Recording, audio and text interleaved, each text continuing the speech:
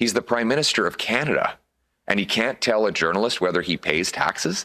Wowee, here we go. Welcome back to Moose and Loose. My name's David. Today we've got Pierre Poilievre dropping some serious bombs here. He's coming out with accountability laws, most of them pointed directly at Mark Carney and the Liberals, who have been caught taking advantage of loopholes to get rich. It's also been found that somebody's been passing along Pierre Poilievre's new policies that are tough on crime, the 3 strikes rules, cracking down on repeat offenders. This information's been passed along to jails, trying to sway the criminals to vote for the Liberals. Got a bunch of other stuff. Let's jump into this. Starting this one off, we got Main Street poll. I know some of you don't want to see the polling data, but it's important to look at it because it's changing. You can see here, +3 for the Conservatives. It's basically neck and neck. We're 43.6 versus 43.2. The Liberals going down 1%. If you look at the numbers here, there's a drop on all of them except the Conservatives are going up. And this is from a Liberal pollster, Main Street. So this is good news, but we need to keep fighting. We all need to keep pushing all the information out, getting the truth out, making sure we're telling our friends who don't want to vote, you got to come vote. Just come vote with me. Vote Conservative. Let's get this done. This is going to take an effort from all of us. Carney needed this election over a week ago. His campaign is more scandal-ridden than even Trudeau could pull off. That's really the truth of it, isn't it? The China focus of tariff was the coup de grace. His China connections are just off the charts. We got the same poll put here, but Keenan Bexty of Countersignal Juno News saying, is this an outlier or is Carney fumbling hard? I mean, this is coming from Main Street, so I think there's built-in bias. I think that's somewhat close.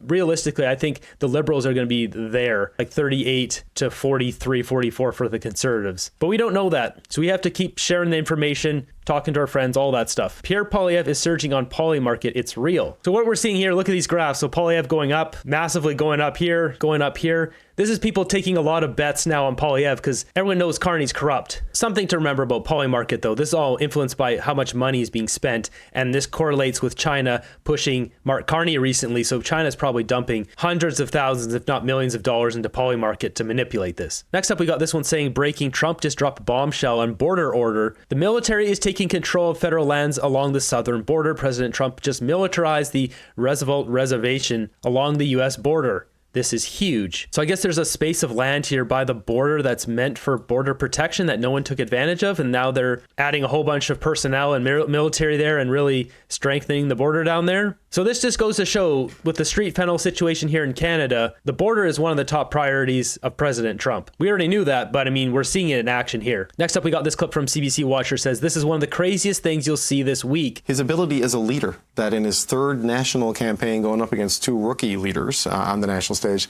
that this is the situation that the Democrats find themselves in. Well, I think he's been a very, very effective leader. As a matter of fact, I think he will stand out as one of the great leaders in NDP history, that's for sure, because he is... Electorally or just in the policy side of things? I'm talking about the things that we've been able to accomplish, like dental care and pharmacare and... David Cochrane trying to get a little jab in there. And what he did during the pandemic. I think he has been a really remarkable leader in that way.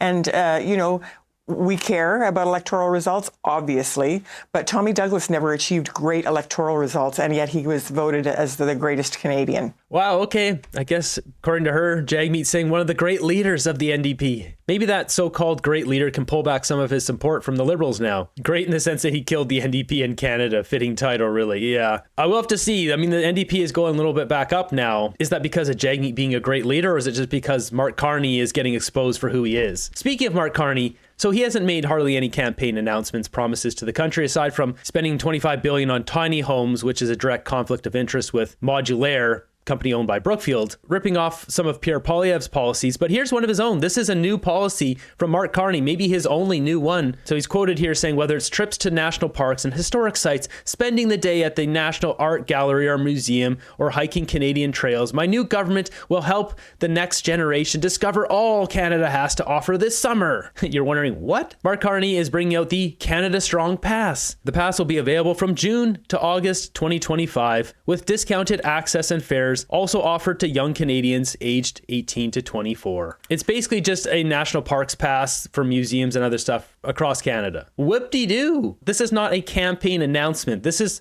absolutely absurd. And you know where else has a pass like this? America. It's called the America the Beautiful Pass. It allows you to get in all the national parks. Is Mark Carney acting like Donald Trump now? Is that what...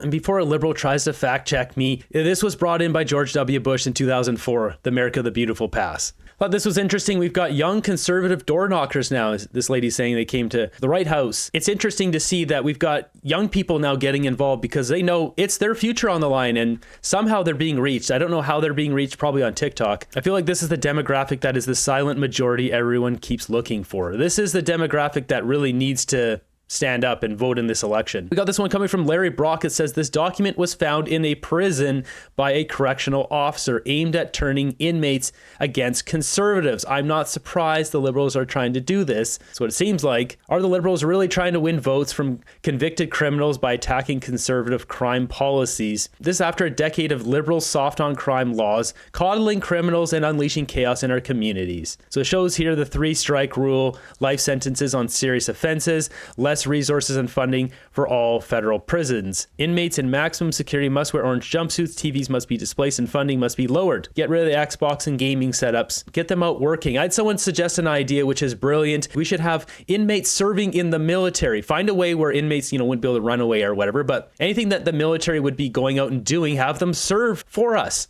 Even if that's preparing things, if there's things need to be dug out, things need to be built, it would get them out of the jail in a safe way, have them shackled or whatever it may be, get them providing something back to society so they're not just freeloading on taxpayers. It can go towards our military spend, get that up to the 2% or 3% that Donald Trump is looking for. I think it's a win-win for Canada, if done in the right way. So next up, we got Pierre Poilievre coming out with a plan here for accountability for politicians. This is unbelievable. This is exactly what we need in our country. The last time we had a conservative government, we were on the heels of a lot of other liberal scandal. Who could forget the sponsorship scandal? We came to office promising an Accountability Act, and we delivered. We passed laws forcing more disclosure of government information, banning conflicts of interest, cracking down on insiders, setting up the lobbyist registry so that we knew who was paid to influence government decisions. And it worked for a while until liberals found loopholes. And we have to give them credit. They're very creative.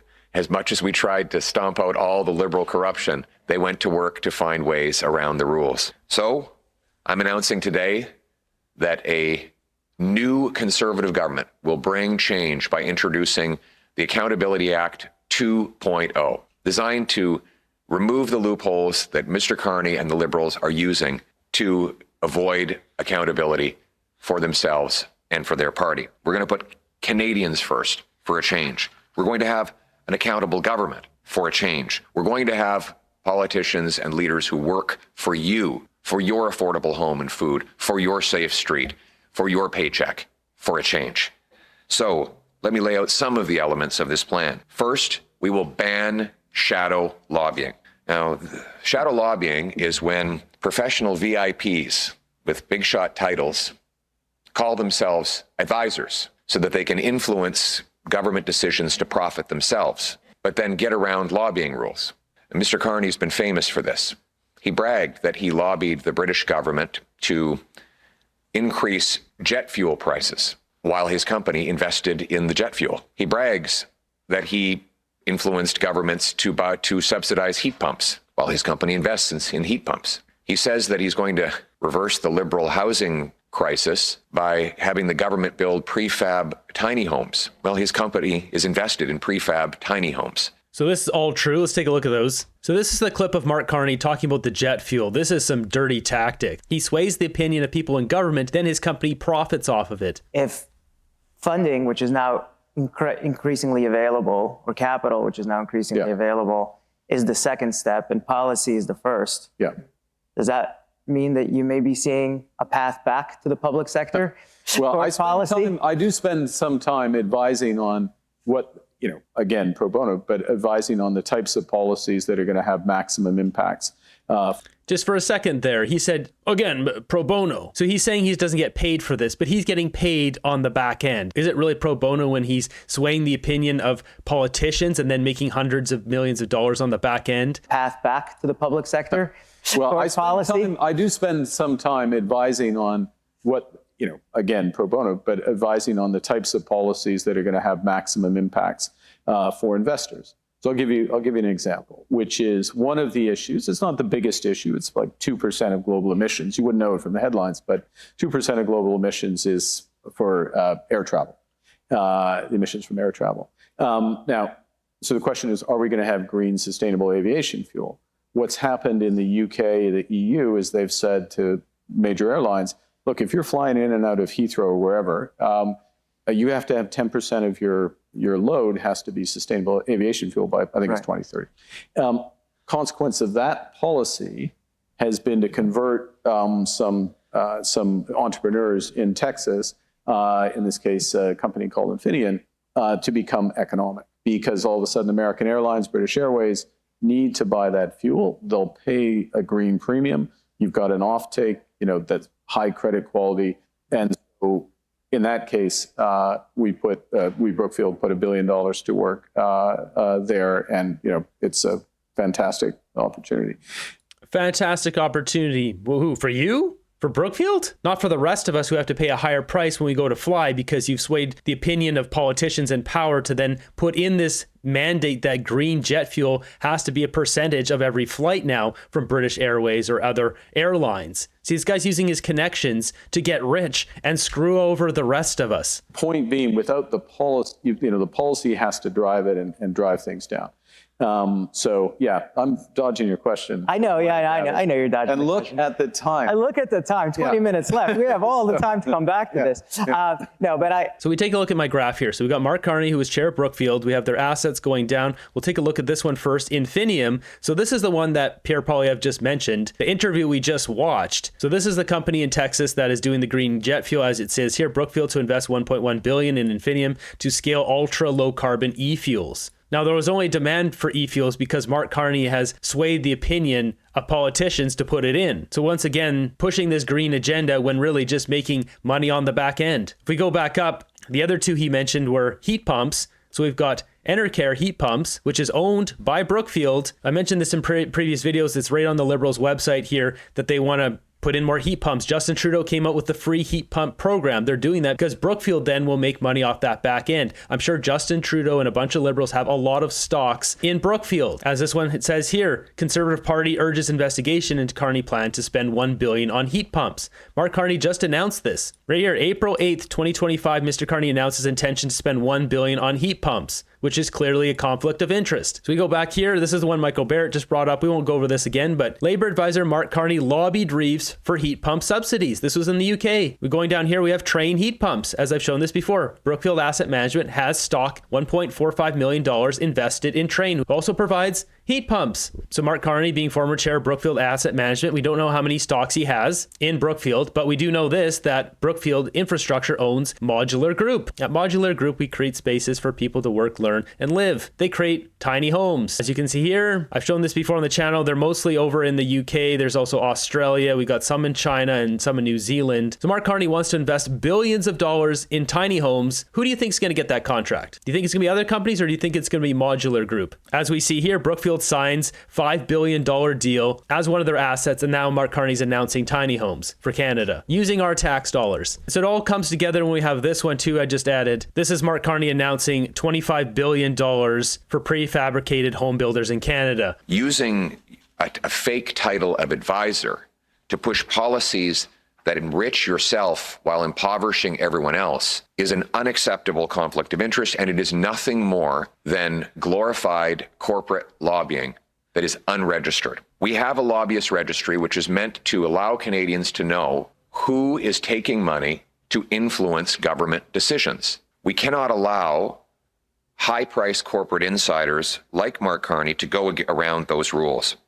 And so, henceforth, we will eliminate the lobbying loophole and require anyone who's acting as an advisor to government officials to declare themselves and register as a lobbyist whenever they are advising on matters that touch upon their financial interests or that of their company. This would have required Mr. Carney register as a lobbyist when he was talking about anything that would have profited his corporate interests at Brookfield. Second, we will stop politicians from profiting off their own decisions. Ministers should not be involved in setting policies that enrich themselves or their families without accountability We should not allow people to use their political power in government to make decisions that will advantage themselves above and beyond the public interest. Let me explain the problem. There is a section in the Ethics Act right now that allows a politician to make a decision that benefits him or his family if it benefits other people as well. Now, the reason that was set up was so that, for example, Jim Flaherty benefited by cutting the GST because his consumer purchases were a little more affordable. But of course, everybody benefited. We didn't want to declare that to be a conflict of interest. But it's been widely over-interpreted to allow, for example, Bill Morneau to make policies that affect insurance plans just because there are multiple companies that benefit from it and not just his. And so we will put in place a stricter test that will ban politicians, particularly ministers, from any involvement in decisions that would benefit their interests more than the public interest. They would also have to declare these interests publicly and widely so that everyone knows. Third, we'll increase the fines for ethics violations to $10,000. No more slaps on the wrist. 4, tax transparency. Anyone running for office will have to disclose where they paid taxes for the last 7 years. In which country? Interestingly, one reporter has contacted Mr. Carney's campaign and said, have you been paying taxes in Canada personally? And his campaign refuses to answer that question. Seems like a pretty basic question. He's the Prime Minister of Canada, and he can't tell a journalist whether he pays taxes in Canada, whether he personally pays the same taxes that he charges everyone else. This is, I've never seen something like this in my life. And then you have his corporate interests, where we know he has cash stashed in Bermuda, in the Caymans, and other of the most flagrant offshore tax havens. So while he was advising Justin Trudeau to raise your taxes, he was dodging his. He still has those conflicts in place. How would you ever trust him to reform the tax system to make it fairer when he benefits from dodging his bills? This is quite shocking because anyone who's asked that question, where do you pay your taxes? Oh, I pay in Canada. Someone with multiple passports would then have to say which country. Well, Mark Carney, clearly, if he didn't answer Canada right away, the fact he didn't answer at all says the answer. In my opinion, I don't think he pays taxes in Canada. I think he pays them somewhere else. Maybe he gets around them some other way. Who knows? He can't answer a basic question. We all pay for everything in this country, and he's not even a part of it. Not only does it look like he's not a part of it personally, professionally too, he's getting the companies he works for, likely has stocks in, out of paying taxes as well. He's a freeloader. How would you ever trust him to reform the tax system to make it fairer when he benefits from dodging his bills? Waitresses, truck drivers, manual laborers have to pay a much higher tax rate than Mark Carney's company. And he remains in that conflict. So he should have to reveal where he's paid his tax for the last 7 years. Fifth, we'll require cabinet ministers to divest fully from tax havens and disclose their assets to the Office of the Ethics Commissioner with penalties for noncompliance. No more so-called blind trusts that are only blind to the public. What does this mean? It means that when you're going into cabinet, including becoming prime minister, you would actually have to sell all the assets, turn it into cash, hand that cash over to a trustee who would then invest it from scratch, unbeknownst to you. That's a great plan. Every prime minister should be forced to sell all their assets so there's no conflicts of interest. This is a great idea. And it allows them to get reinvested without any say whatsoever. It's just brilliant. You would not have any ability to know what interests you have that go against the public interest. Right now, Mr. Carney has handed over his Brookfield investments knowing they cannot be sold. So he knows exactly what he owns, but no one else does. And as a result, there is no blind trust when you know what's inside that trust. It is blind only to the public. Yeah. He should have to sell and liquidate these investments and then have the cash reinvested without his knowledge so that he could not possibly act in his own interest and against the Canadian interest. Sixth, we'll require party leaders to disclose their assets within 30 days of becoming leader or require the Prime Minister to divest their assets within 30 days of taking that job. These are all amazing policy ideas. This is the kind of stuff where once they get it into the government and it's into law, if a new prime minister comes in, say it's a liberal 10 years from now or 15 years from now, and they want to do some dirty tactics and the only way to do it is to take this stuff out of law, then it's quite obvious what they're doing. They can't remove this from law without the Canadian public seeing it. Essentially, we need one good prime minister, which we're seeing here in Pierre Poilievre, to fix all the problems so future ones, when he decides to step down, retire, move on to other stuff, whatever it may be, when future prime ministers come in, they won't be able to take advantage of us again. There we have it. Pierre bringing out some amazing new policies there to make things better for Canadians. What's funny about this is Mark Carney and the Liberals, they can't argue against these. They can't say, how dare you tighten the laws here so we can't take advantage of loopholes. It would just look awful. They can't say anything against this. Will Mark Carney come out and try to steal these ideas? Maybe. Who knows? It would just be for optics. They would never put them in because they're the ones taking advantage of it. If we look at this logically here, Mark Carney has got to be one of the top tax dodgers, both personally and professionally, in Canada.